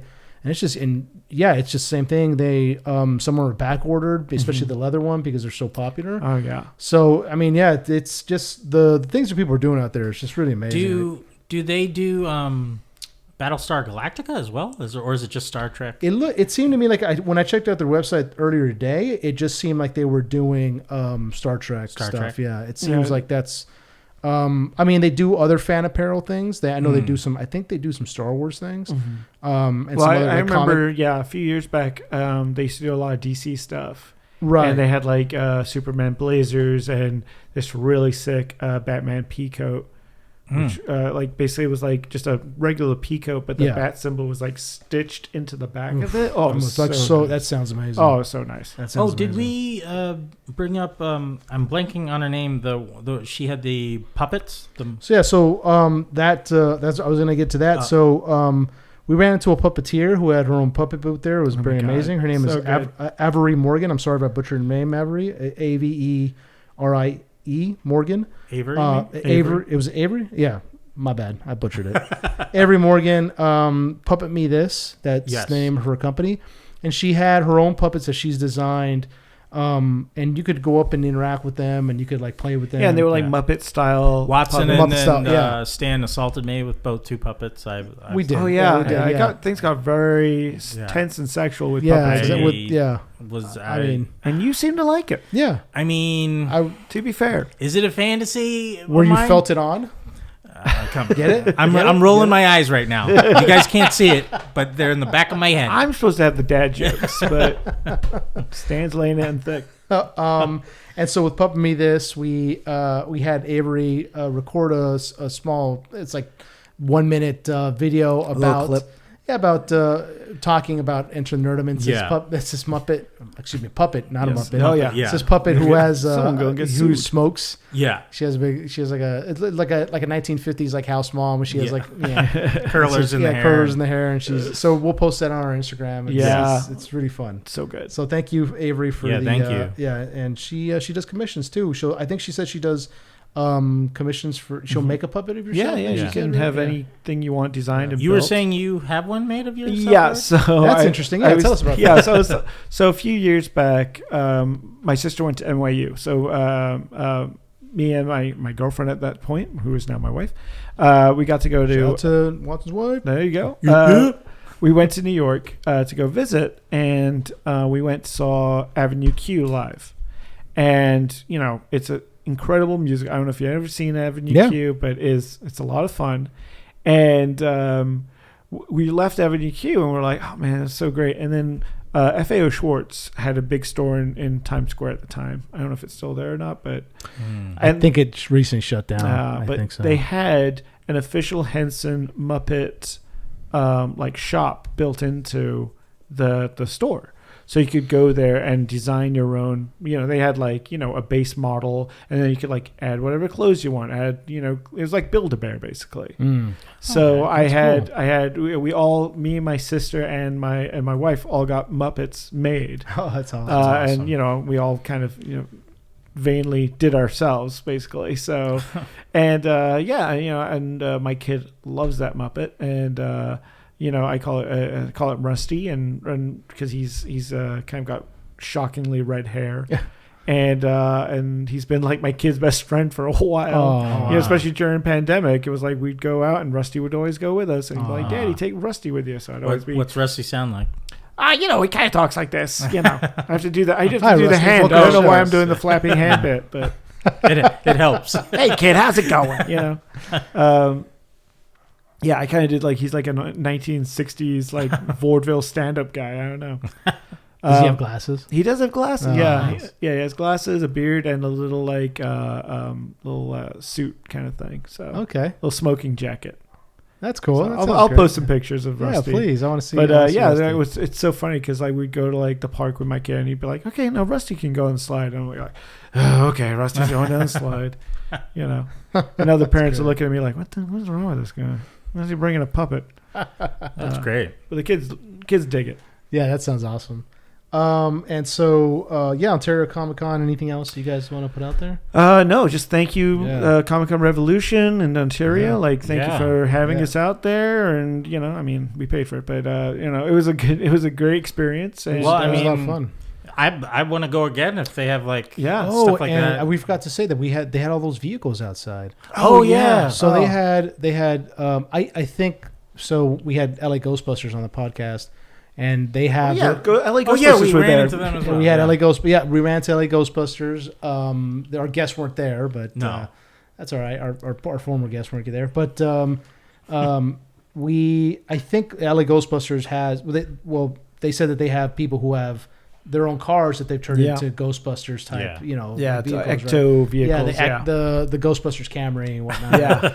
So it seems like there's a fan set of people who do that for Jurassic Park vehicles. So we had 2 Jurassic Park Jeeps out there. Yeah. And we had the Explorer that we see on the original movie. I love that car. And they even had, I've seen other Jurassic Park Explorers, but they don't have the glass dome on ceiling. top. Yeah. That's the hardest. That's got to be the hardest part. Yeah, because that has to be custom made. Yeah. Yeah. Which means he had to cut the he had to cut the roof out and then perfectly install that. Yeah. So that was there, and it even had the camera that's mounted on the front of the vehicle that's pointed down to the rail that it runs along. To a T. That's crazy. Yeah. And they had a Jurassic Park, one of the pamphlets laid out the on maps, laid out on the dashboard. Nice. Did they have the goggles in the back? Yeah, I'm sure. You know what? I was thinking the same thing. I was like, they got to have the goggles. We should have went over because that would have been awesome to see a cup of water in there. Just have it. Yeah, he's got like a little thing, the little mechanism under there that triggers it. You know how they did that in the movie, right? It was a guitar string. They had a guitar string attached to the bottom of the glass, and someone would pluck the guitar string wow. to get the vibration. Oh, I didn't know that. A little movie fact. There you go. Oh, a little snippet. There you go. Little snippet for you guys. They also had Kit from Knight Rider, My personal favorite. which it's an actual Camaro. Yeah. You know, and then it's a Pontiac Firebird. Firebird. Yeah, my bad. I don't know why I said So Here's because they had the Bumblebee Camaro there. Right. So here's the thing. Let me talk about the car first. So it's got the visor in the front, which is always reminded me of Battlestar Galactica, the original. Yeah, the Cylons. sensor up front. Yeah. You know that. So sick. And he even made the sound effect. And we thought, how did this guy get this here? But then he's got the actual in the inside. He had the actual kit, like command center. Yeah, he had the dash insert. Right. He put it over the actual. Yeah, so it's got all the bells and whistles, the buttons, and the LEDs. And the steering wheel, which is a perfect replica of the Knight 3000. Yeah, it's even got the logo on it. Yeah. So we were talking about that earlier, and Knight Rider is one of my favorite TV shows as a kid. Yeah. And I remember it used to come out every Friday. It was one of the first. It's the first TV show that I remember the day of. Every Friday it used to come out, and so I was always so excited to see it. And then we said this during the at the Comic-Con. I was like, "Have you actually watched the show as an adult recently?" And it's like, yeah, it's terrible. It doesn't hold mustard. It's not good. No, it's you don't talk bad about the Hoffman, okay? I'm not saying anything about the Hoffman. No. But that was in there. I mean, it was an amazing replica. And then right next to it, we had a replica of the DeLorean. Yes. Back to the Future, which was, it was the Part 2 DeLorean, right? Yeah, it was Part 2. Mr. Fusion. Mr. Fusion on it. It was just, beautiful, man. I wanted to stare at that car all day. I had to take pictures next to all of them, but I had to get one. I really wanted to ask the guy, like, can I sit in it? But I knew he probably wouldn't let me. But he's if like, he did, $50 you can do one. If I sat in it, I'd been like, just kill me now. I'm happy. I'm happy. If I die now, it's a perfect moment. If you gave him your $200 before you spent it, maybe. Right. Maybe. But he probably doesn't want anybody sitting because then everybody would be like, "Can I take a picture of it?" It was funny because it reminds. My buddy Rob, when he got married, he rented the Back to the Future DeLorean. You can do that. You can rent it for his wedding. I didn't so know he had that. it show up for my wedding. But so we show up to the wedding venue, and I see two guys pushing the DeLorean up the hill because the thing is like a giant steel monster. Right. Yeah. And it was a real hot summer day, and the car overheated. The guy was driving it over, and it overheated because that DeLoreans tend to do that. Yep. Yeah. Well, they're not great vehicles. No, they're not. Yeah. So you just see these two guys like hoofing it down the street with this car, and you're like take some of the. Didn't you say you drove one once? Yeah. So this was back in college. I was living in Eagle Rock, Highland Park area at the time. And some guy had a DeLorean for sale in the middle of Eagle Rock, like a classic DeLorean. And me and my buddy, we were driving by and we saw it and we're like, I'm gonna go and see if I can, get a test drive in this thing. And, the guy saw me and he knew, like, I didn't have any money. I wasn't gonna buy this car. Like, he knew that. Yeah. But he was sweet enough to be like, yeah, good, kid, you can go for a test drive in it, sure. We just drove around the streets of Eagle Rock. And the first thing was like, there's no visibility in this thing. You're so low to the ground. There's you can't see out the rear at all because it's got the visor things. The fastback kind of stuff. Yeah. And like, so your field of vision is incredibly bad. Like you can barely see anything. And then, you can't parallel park it anywhere because the doors won't get up, so it's just like, it's a very impractical car. Yeah. But speaking of Teslas, designed by a madman, or speaking of DeLoreans, there is a brand new DeLorean coming out. Yep, that is featured in Fast X. And that's a good. I must have missed it. It's the car that I think it's Charlize Theron's character's driving at the beginning of the movie up to Dom's house. So they're restarting the company. DeLorean Motor Cars are restarting it. I mean, someone bought the name and the rights. It's not the same. It's not John DeLorean. DeLorean. John DeLorean's been dead for a while. To go off of with the car not being the greatest to drive, one could say at least it's a car that doesn't need roads. Well, the first thing I check is I check the odometer, and the odometer does not go to 88 miles per hour, by the way. It tops at like 75. You've ruined my mind. I know. Maybe it was just the model I drove in. Maybe there is a Supra model. I don't know. There's just a sticker on there that says 88. I was just in the car and I was like, gonna go to Aw, 75. Doesn't have the same ring to it, the double infinities. And you mentioned Fast X. Yes. So you guys saw the movies, and I have my issues with those movies. We talked about them on the way back from Ontario Comic Con because I had you guys explain to me just exactly what the beauty hell these movies of Fast and Furious franchise, the Fast Saga, if you will. So let me, you guys have watched all of them, right? I think one or two I've missed. I lived them, but he I mean, Watson is definitely a diehard fan. I do live my mile, quarter mile at a time. My life, quarter mile at a time. So I watched the first one, which is by today's standards is a very tame quaint. movie. Yeah, it's so nice. The biggest. We were talking about this when we went to come back from the Comic Con. Their biggest stunt in that is that they go under the trailer. Yeah, which back to like when it came out in 2001. 2001.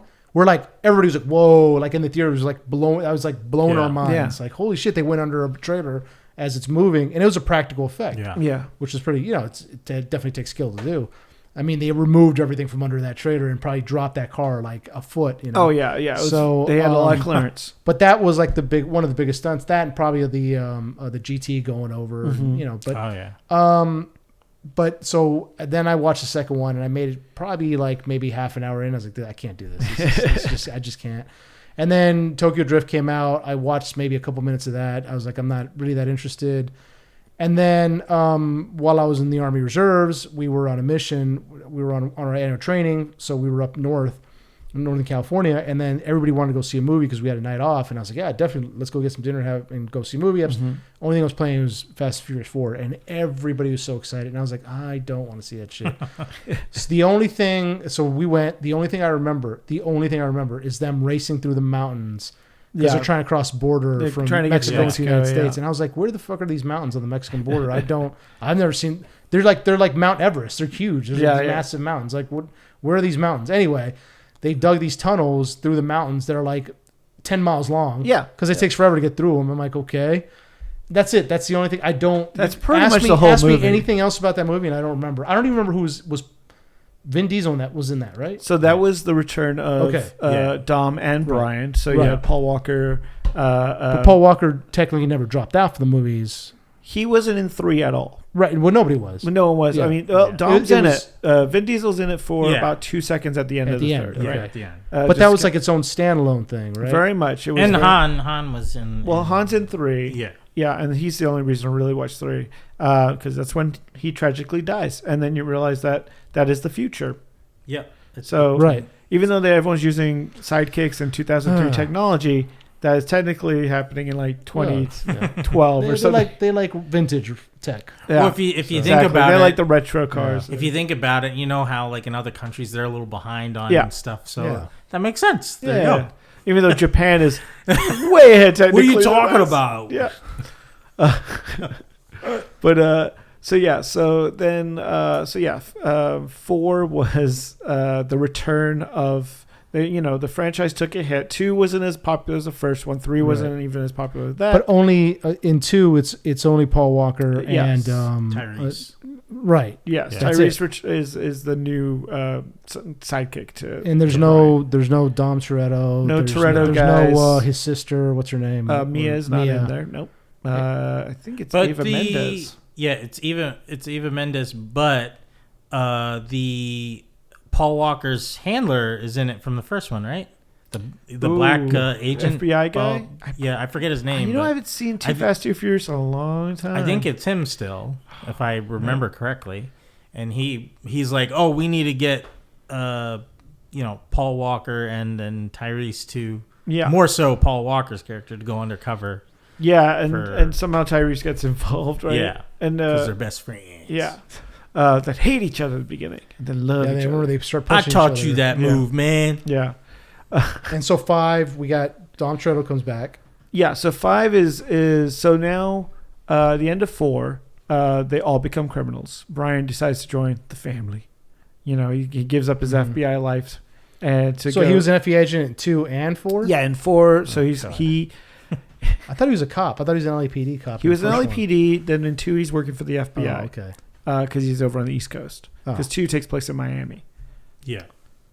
Okay. Right. Yeah, I don't remember. And then by 4, he's working as the FBI, and he's Dom gets busted at the end of 4, and it's Brian and the rest of the family that bust him out of jail At the end of 4. Okay. Yeah. So at 5, they're on the run.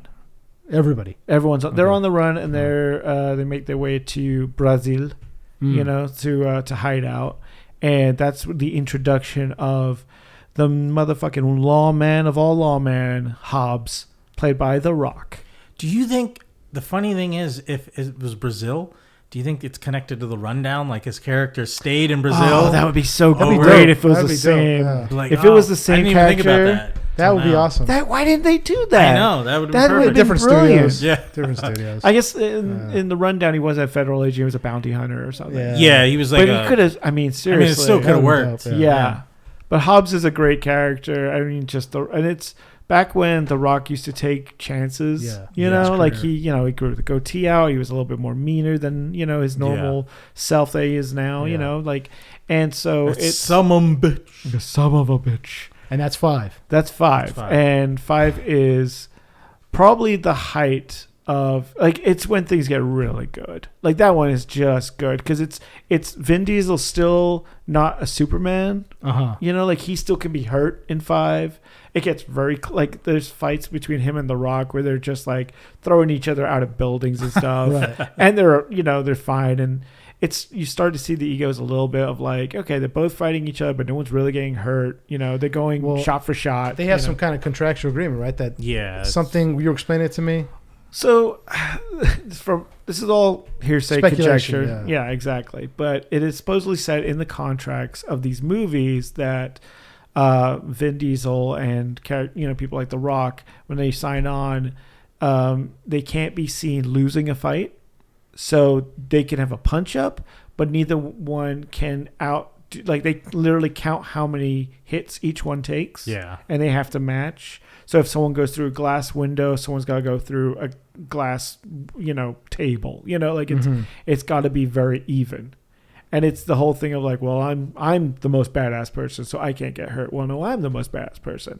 So the fights start becoming a lot more, just pretty unbelievable. Yeah, you don't feel stakes. You don't feel the first movie you watch it when Dom totals the car at the end. He's hurt. He comes he's out shaking. He's almost, bloody. You don't ever see that from Dom again. Right. Vin Diesel does not. Especially you get to 6, 7. He's flying out of cars. He's jumping. He's literally. He does I think it's 6. Where he jumps out of one car, Letty goes flying off a freeway. He jumps out of a car, catches her midair, and then hits another car with his back. Because that's a softer landing? I guess, yeah. There's some crumple, and he's fine. Yeah. And not one bit of blood on him at all. So Letty dies in in 4. Fourth? Yeah, so Michelle Rodriguez's character, who was in the first one, you find out in 4, Dom, Dom and his crew are taking out tankers, they're fuel heist kind of thing, and then they're getting busted by the FBI, so they have to break up. And Letty goes off and works for this Mexican cartel who need drivers. And then what you find out is this cartel has been killing off the drivers after they make the runs, and so Tom, using his amazing car detective mode skills, can go out on the street and like Sherlock, can see the car, he can see the crime scene happen. And so he sees Letty's death. It's amazing bit of cinema. The power of wife beaters compel him, and he gets to see, how she Powers dies. Of family. Yeah, family. So he, because anything to do with cars, he can master. Sure. So he basically goes on a rampage to go take out this Mexican cartel because Letty is dead. Now, and in 5, he's in Brazil. He's in mourning, so he's wearing a less of a white wife beater. And he falls for a Brazilian lady. I forgot her name now. Man. I don't recall it. Yeah. The actress or the character? Both. I forgot. Okay. They're kind of forgettable because she's his. Oh, and 4, after Letty's gone, that introduces Gal Gadot's character of Giselle, who is kind of into Dom, but he's still kind of Letty just died. Wait. So Gal Gadot's character is who? She plays Giselle, and she's in 4. Okay. She's introduced in 4. Yeah. As kind of like Dom's next love interest. But because, I mean, he's still not over Letty's death at that point. He just found out Letty's dead. Like, he's not into it, but kind of is, because, it's Vin Diesel. Right. He's like, I gotta like the ladies. Yeah. So then in 5, they're in Brazil, and Dom has to get a crew together to take on this Brazilian drug lord, because that's what it's all about. Yeah. And he's like, I gotta get the best of the best together, and it's a very Ocean's 11 moment. They get, you get Tyrese coming in from 2, you get Han from 3, you get Giselle from 4, you get I forgot who else is in that crew. You got Brian. Ludacris from 2. Oh yeah. That's when they all come together for the first 5. time, and this in 5, and that's what forms the family. I see. So this is the start of where the rest of the movies will go. And so then they take out the Brazilian drug lord and take all his money, and at the end of that, Hobbs finds out that Letty is alive. At the end of 5. Yeah. And so in 6, she comes back, and so in 6, she does come back with a case of the amnesias. Oh my God. So, Right. So Letty is back, but doesn't remember her past life. She's now working with Shaw, who is a criminal who has his own he's kind of like. Is that played by Jason Statham? No, this is Luke Evans. Oh yeah, I forgot. Luke Evans. Statham is until the next one. Okay. So Luke But he plays the same character. No. This is his brother. Yeah. This is another family. The Shaws. God. Okay. So Luke Evans has his own crew. He's like a dark version of Dom, if you will. He's doing his own thing. Hobbs is trying to catch this new crew of thieves and goes, the only way to catch, criminals is with criminals. Okay. So he's like, okay, Dom, I need you and your crew to take out this other crew. And one of their crew just happens to be Letty. So Dom's in. Okay, so why are they trying to take out this other crew again? Why is Dom, or does Shaw have Dom's people take out this other crew? Oh, you mean Hobbs? Hobbs, yeah. Sorry. Yeah. So Hobbs is an FBI guy, and he knows that he doesn't have the resources to take out this other crew. Okay. But he knows that Dom, he respects Dom and his crew, and knows that they have the skill set needed, right? So. So it's just so ridiculous. I love it so much. Go crazy. I love it so much. Yeah. So they hire Dom's crew, and then kind of the icing on the cake is that Letty is there, and also he's promised Dom's crew a full pardon if they do this. If they take out this other crew, right? They're free of charges. And they're like, all right, that sounds good. Because that's not the way it works, but okay. Right. Yeah. Well, it's all about family and LA sure. and home, and they can't go home. But this is still Brazil, right? No. Okay. No. 5. Oh, this is 6 now. 6 takes place. I forgot where 6 is. It's been so long. I'm blanking. Anyway, so doesn't matter. I don't think. Anyway, so they take out the other crew. Letty kind of joins back up with their crew, and that movie ends with Han's death, which is what happens in 3. Yeah. So you cut to Tokyo, you cut to Han racing in Tokyo, and the car explodes, and you see who is behind the explosion. It's Jason Statham, the brother, boom, boom. who's now Deccan Shaw, who's the brother. Like, oh, Dom, you took out my family. I'm gonna take out all of yours. An eye for an eye. That was good. Thank you. That was good. So then that brings up. So now we're on 6. 7 is the introduction of Jason Statham's character, who is this like Terminator-esque, like just he's trying to take out Dom, but so Dom's family gets involved again with Hobbs because there's this tracking software called God's Eye, which can find anyone. So they're like, okay, Dom, if you find God's Eye for us, we'll use God's Eye to find Shaw for you, even though Shaw just keeps showing up wherever they are anyway. You don't really need God's Eye, but that introduces Ramsey, who's the hacker girl, who's from the girl from Game of Thrones, and that's one where Dom's trying to convince Letty of like stuff in her life. They keep bringing up like, remember the thing we did called Race Wars? Let's go to Race Wars and you can see what our life used to be like. Because Dom's trying to be like, we were married, like. Oh yeah, to bring her memory back. Yeah. And then, it ends with Dom stomping on a garage and destroying a garage with just a foot stomp. It's pretty amazing. Oh, yeah. And Letty getting her memories back when Dom kind of dies for a minute. Oh, of course. Yeah. That's how amnesia works. Of course. Yeah. So that's 7. 8 introduces Charlize Theron's character, Cypher, who has kidnapped the girl from 5, the Brazilian girl that Dom was into. Find out Dom got her pregnant. Oh, wow. Okay. Yeah. Is her name Elena Neves? Yes, Elena. Yeah, Elena Neves. Yeah. So she is has Dom's kid.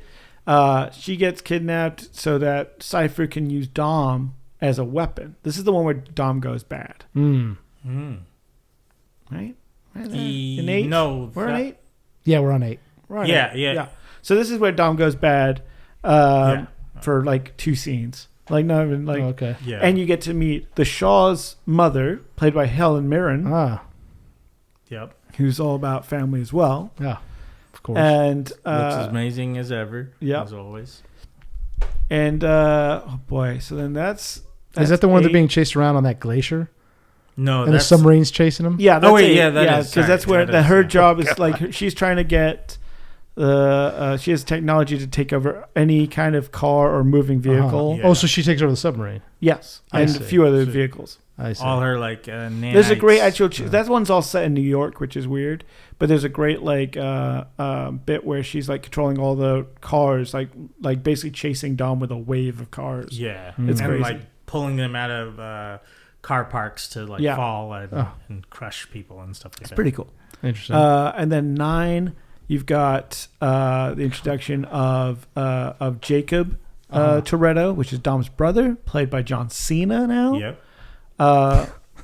Who and let me try. And he didn't know that he had a brother. No, he did. He did. He did. He like excommunicated him from the family. Wow. When they were young, because when Dom's dad died, like Dom went to jail. Mm-hmm. Because he beat the hell out of the guy that killed his dad, supposedly, and then the race or whatever. But Jacob knew that the dad was sick. If I remember correctly, or maybe that's Ghost Rider. Something. Well, no, I think that was it because the dad wanted Jacob to sabotage the car. Yeah. So he could go out doing what he loved, or something like that. And so he held that secret against Dom. Like Dom didn't know all that, but so he hated. So they had like a race when they were kids, and he's like, "Okay, if I win this race, like you get to, you leave, and I never see you again, Jacob." And of course, he wins. Yeah. And Jacob runs away and becomes John Cena.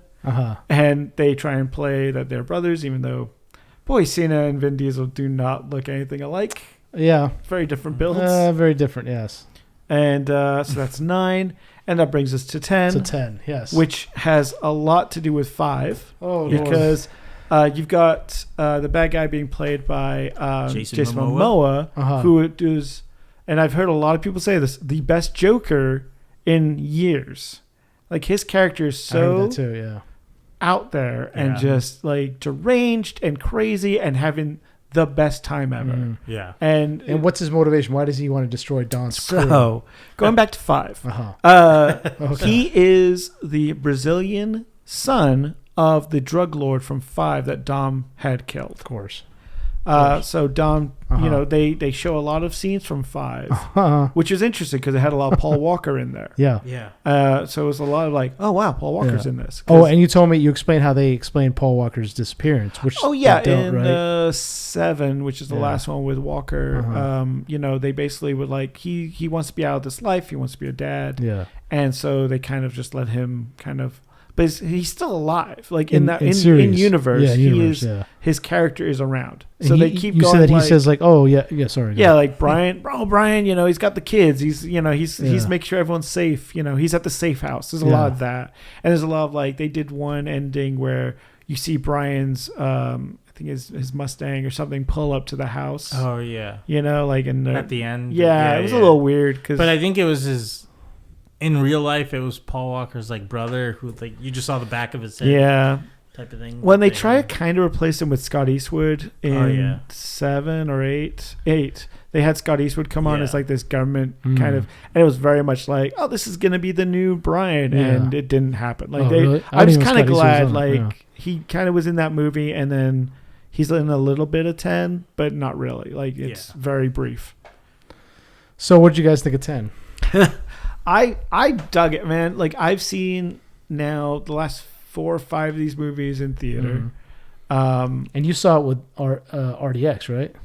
Oh, 4DX. 4DX. Yes. Yes. So I went to go see it in 4DX. I had the whole place was shaking around. So 4DX, everything that happens on screen happens in your chair. Oh, it's a roller coaster. The chair moves. You got smoke coming out of the bottom of the screen. They at one point had snowfall on us. Water in their faces whenever a car was going through a puddle. Oh, wow.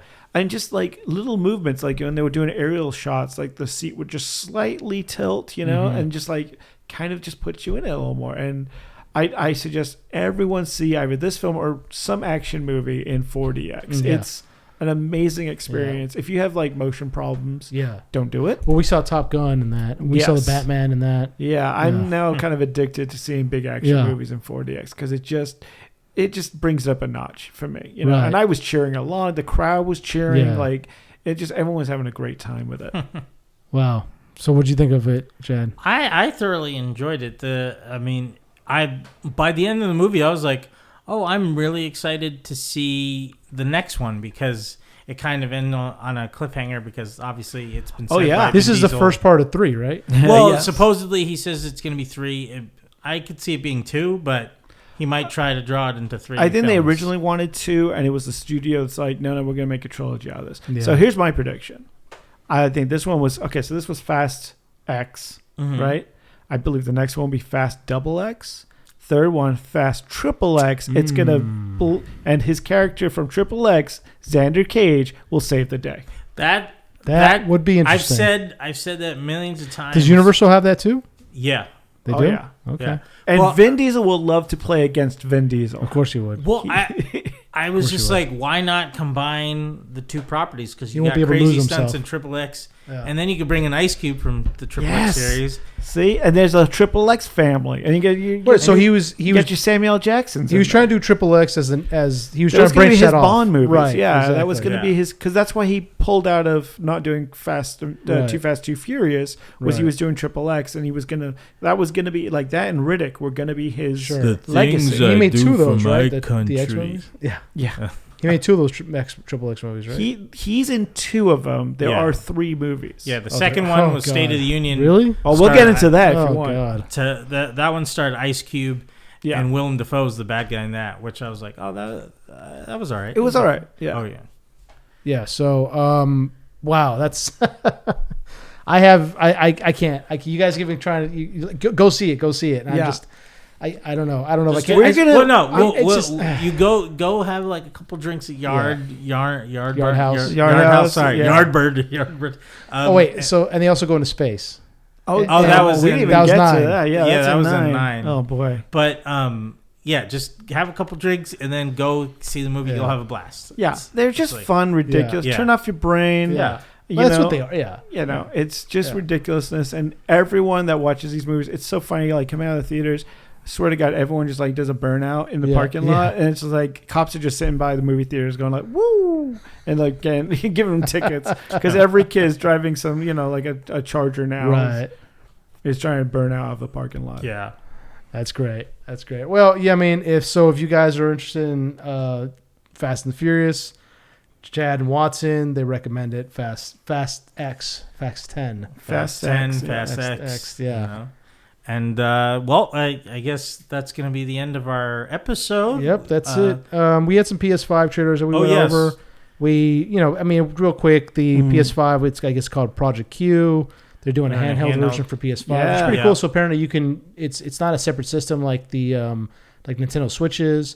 You can play. Apparently, from what we gathered, you can take the handheld Project Q PS5 and actually link it to your home PS5, Yeah. so you can play the games that are on your home PS5 on your mobile system. It which looks is really pretty cool. dope. Yeah, Yeah, it it looks dope. I like the it looks like they just took a controller and just split it in two. And Yeah, just put a I screen mean, in which is between. very much Almost like the a Switch. Switch. Yeah, That's beautiful. Yeah. they're following. Yeah. Those I've never cues. been a big fan of the Switch controller, but this looks like a lot more practical. Well, for they've the PS5, made you know. similar things like what we saw for the Q for their attachments you could put on the Switch, so it's a better it's better grip and stuff like that. But this one looks like it's just built in. It's just part of it, It's not separated or Yeah, and but, then and there were some cool trailers. Yeah. I'm excited for the Spider-Man 2. That looks Oh so man, that good. looks so That's so good. good. Yeah, My the God. Venom effect. I don't think I've ever seen it Yeah. look so good before, where it looked fluid and still, like I don't know, it just looked really. Yeah. I'm like, The ooh, that suit looks good. so good. Like you were saying, it Yeah. looks sinewy. And, Yeah, and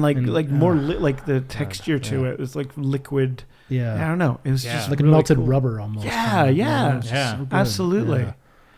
Great. We saw that trailer. We saw the Street Fighter 6 trailer, yeah. which Yeah. looks great. Also, they're remaking from the ground up Metal Gear Snake Eater. Yeah, Oh. that was a beautiful trailer. I'm excited about that. I'm a big Metal Gear head. Was there anything else you saw that you?